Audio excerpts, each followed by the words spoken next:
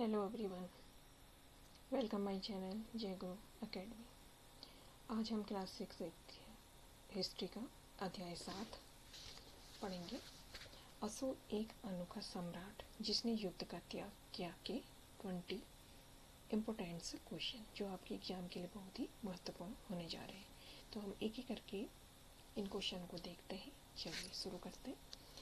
First question है इसमें, मौर्य साम्राज्य की राजधानी क्या थी? मौर्य साम्राज्य की राजधानी क्या थी? तक्षशिला थी, उज्जैन थी, पाटलिपुत्र थी, काशी थी या पाटलिपुत्र थी? तो आप कहेंगे करेक्ट आंसर पाटलिपुत्र। ठीक है, नेक्स्ट क्वेश्चन देखते हैं। मौर्य साम्राज्य की स्थापना किसने की? अशोक ने की, चंद्रगुप्त मौर्य ने की, बिंदुसार ने की या हर्षवर्धन ने की? तो मौर्य साम्राज्य की स्थापना किसने की? चंद्रगुप्त मौर्य ने। चंद्रगुप्त मौर्य को ही हम मौर्य साम्राज्य का संस्थापक कहते हैं। तो दूसरा क्वेश्चन इसमें ये भी बन सकता है। ठीक है, नेक्स्ट क्वेश्चन देखते हैं। अशोक किस वंश के शासक थे? गुप्त वंश के, मौर्य वंश के, नंद वंश के, कुषाण वंश के या मौर्य? तो आप कहेंगे मौर्य वंश के। अशोक मौर्य वंश के शासक थे। मौर्य वंश का संस्थापक हमारा चंद्रगुप्त मौर्य था। चंद्रगुप्त मौर्य के पुत्र थे बिंदुसार और बिंदुसार के ही पुत्र थे अशोक। ठीक है, अब यहाँ पे नेक्स्ट क्वेश्चन पूछा गया है, अशोक के पिता का नाम क्या था? चंद्रगुप्त था, समुद्रगुप्त था, बिंदुसार था, अजातशत्रु था? तो इनका नाम था, अशोक के पिता का नाम बिंदुसार, जो अभी बताया गया था आपको, बिंदुसार। कलिंग युद्ध के बाद अशोक ने क्या त्याग दिया? राज्य, सिंहासन, युद्ध या धन? तो उन्होंने युद्ध का त्याग किया। कलिंग युद्ध के बाद अशोक एकदम से बदल गए। बहुत ही ज़्यादा अत्याचार, हिंसा और बहुत ही ज़्यादा रक्तस्राव, जो बहुत ही निर्दोष लोग मारे गए थे, तो उनसे उनकी क्या हुई, आत्मा बहुत ही दुखी हो गई अशोक की।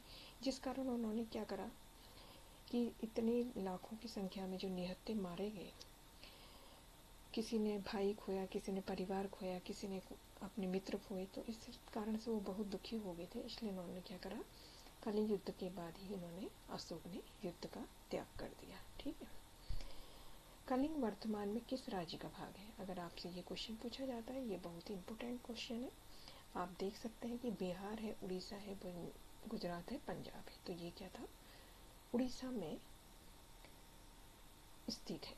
ठीक है, अशोक ने अपने संदेश किस माध्यम से जनता तक पहुंचाया गया? चित्रों के द्वारा, अभिलेखों के द्वारा या पुस्तकों के द्वारा?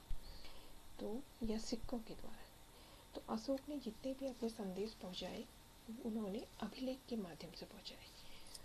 अशोक के कई अभिलेख हैं, उसमें स्तंभ लेख भी है और भी कई लेख हैं, तो आप इनको देख सकते हैं अभिलेखों द्वारा। ठीक है, अशोक के अभिलेख किस पर खुदवाए गए थे? लकड़ी पर, कपड़े पर, चट्टानों और स्तंभों पर, तांबे की पट्टियों पर? चट्टानों और स्तंभों पर। अशोक के जितने भी अभिलेख थे चट्टानों या स्तंभों पर खुदवाए गए थे। कहीं पत्थर पर मिलते हैं उनके स्तंभ। ठीक है, अशोक ने किस नीति का प्रचार किया? युद्ध नीति का, धम्म नीति का, व्यापार नीति का या कर नीति का? तो उन्होंने नीति अपनाई थी धम्म नीति। धम्म का मुख्य उद्देश्य क्या था? युद्ध करना, नैतिक जीवन और शांति, या व्यापार करना या कर बढ़ाना? तो उनका था, धम्म का मुख्य उद्देश्य था उनका नैतिक जीवन और शांति। ठीक है, अशोक ने धम्म के प्रचार के लिए किन अधिकारियों की नियुक्ति की? सेनापति की, धम्म महामात्र की, मंत्री की या पुरोहित की? करेक्ट आंसर हो जाएगा बी, धम्म महामात्र की। ये बहुत ही इम्पोर्टेंट सा क्वेश्चन है, ये कई बार एग्जाम में आ चुका है। अशोक ने धम्म के प्रचार के लिए किन अधिकारियों की नियुक्ति की? जो अधिकारी होता था धम्म के प्रचार करने के लिए, उस अधिकारी का नाम होता था धम्म महामात्र। ठीक है, नेक्स्ट क्वेश्चन पढ़ते हैं। अशोक किस धर्म से प्रभावित हुए? जैन धर्म से, बौद्ध धर्म से, सिख धर्म से या ईसाई धर्म से? तो थे वो बौद्ध धर्म से। करेक्ट। मौर्य साम्राज्य का सबसे प्रसिद्ध शासक कौन था? चंद्रगुप्त था, बिंदुसार था, अशोक था या हर्ष था? तो मौर्य साम्राज्य का जो प्रसिद्ध शासक था वो। नेक्स्ट क्वेश्चन है, मौर्य साम्राज्य का सबसे प्रसिद्ध शासक कौन था? चंद्रगुप्त था, बिंदुसार था, अशोक था या हर्ष था? तो आप कहेंगे अशोक। सबसे महान शासक आपसे पूछा जाता है तो वो है हमारे अशोक। ठीक है, वैसे तो चंद्रगुप्त मौर्य भी थे, बिंदुसार भी थे, लेकिन सबसे ज़्यादा जो प्रसिद्ध शासक थे मौर्य शासक में वो थे अशोक। अशोक के अधिकतर अभिलेख किस लिपि में लिखे गए थे? देवनागरी में, ब्राह्मी में, उर्दू में, तमिल में। तो सबसे अधिकतर जो अभिलेख लिखे गए थे वो ब्राह्मी लिपि में लिखे गए थे। ब्राह्मी लिपि के अभिलेख हमें अधिकतर कहाँ मिलते हैं? भारत में मिलते हैं। ठीक है, मौर्य शासक में प्रांतों में किसे भेजते थे? मौर्य शासक प्रांतों में किसे भेजते थे? व्यापारी को, राजकुमारों को राज्यपाल बनाकर, या सैनिक या किसान? राजकुमारों को राज्यपाल बनाकर क्या करते थे मौर्य शासक? प्रांतों में भेजते थे, जिससे वहाँ प्रांतों की देख सके कि वहाँ कैसा चल रहा है काम, कैसे लोग रहते हैं, कैसे लोग क्या करते हैं, वो देख रेख के लिए क्या करते थे? वो एक राज्यपाल बनाकर प्रांतों में भेज देते थे। ठीक है, सारी जानकारी प्राप्त करने के लिए। ठीक है, मौर्य शासकों के लिए कौन से मार्ग महत्वपूर्ण थे? केवल पर्वत, सड़कें और नदियाँ, जंगल और रेगिस्तान। तो ये थे सड़कें और नदियाँ। दो मार्ग से ये बहुत ही महत्वपूर्ण थे। एक तो वो सड़कों द्वारा करते थे और दूसरा वो नदियों द्वारा। नदियों द्वारा क्या करते थे? वो एक स्थान से दूसरे स्थान जाने के लिए वो नदियों का प्रयोग ज़्यादा करते थे। व्यापार करने के लिए वो नदियों का प्रयोग करते थे। जैसे रेशम का व्यापार करने के लिए क्या करते थे? वो नदियों का प्रयोग करते थे। ठीक है, अशोक के अनुसार सबसे बड़ी विजय कौन सी थी? युद्ध विजय, धन विजय, धम्म विजय या राज्य विजय? वो थी उसकी धम्म विजय। ठीक है, कलिंग युद्ध के बाद अशोक को किस बात का पछतावा हुआ? धन की हानि हुई, सैनिकों की कमी हुई, राज्य की हानि हुई, लोगों की मृत्यु और विनाश। जो थर्ड ऑप्शन क्या रखते हैं?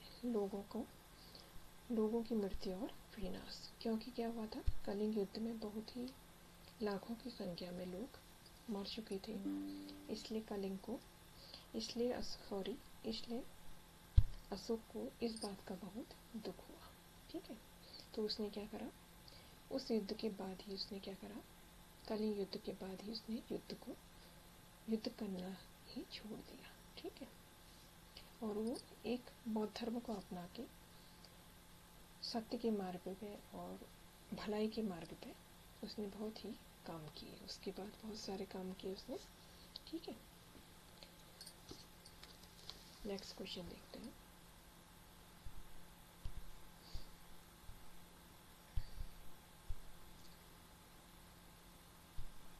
अशोक का संदेश मुख्य रूप से किसके लिए था? केवल सैनिकों के लिए था, केवल व्यापारियों के लिए था, या सभी लोगों के लिए था, या केवल राजाओं के लिए था? अशोक ने जो संदेश दिए वो सभी लोगों के लिए थे। ठीक है, उसमें हमारे सैनिक लोग भी आ जाते थे, व्यापारी लोग भी आ जाते थे और राजा लोग भी आ जाते थे। ठीक है, नेक्स्ट देखते हैं। अशोक को एक अनोखा सम्राट क्यों कहा जाता है? क्योंकि उसने सबसे बड़ा महल बनवाया, क्योंकि उसने युद्ध छोड़कर शांति और धर्म का मार्ग अपनाया, क्योंकि उसने सबसे अधिक कर वसूला, क्योंकि उसने सबसे बड़ा साम्राज्य बनाया। तो अशोक को अनोखा सम्राट इसलिए कहा जाता है क्योंकि उसने युद्ध छोड़कर शांति और धर्म का मार्ग अपनाया।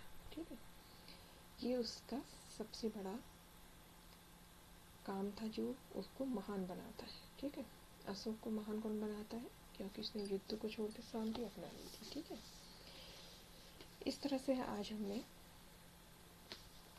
चैप्टर 7 अशोक एक अनोखा सम्राट के MCQ लिए। ये क्वेश्चन आप लोगों के आने वाले सभी कंपटीशन एग्जाम के लिए बहुत ही महत्वपूर्ण है। इसलिए कंपटीशन की तैयारी करने वाले विद्यार्थी इन्हें एग्ज़ाम हॉल में जाने से पहले एक एक करके देख के जाए, जो आपके लिए बहुत ही महत्वपूर्ण है, क्योंकि इस चैप्टर से भी बहुत ही क्वेश्चंस आते हैं और इसकी समरी भी देख लीजिएगा, क्योंकि समरी में बहुत डिटेल में बताया गया है। इसलिए मुझे उम्मीद है कि आपको ये वीडियो पसंद आए।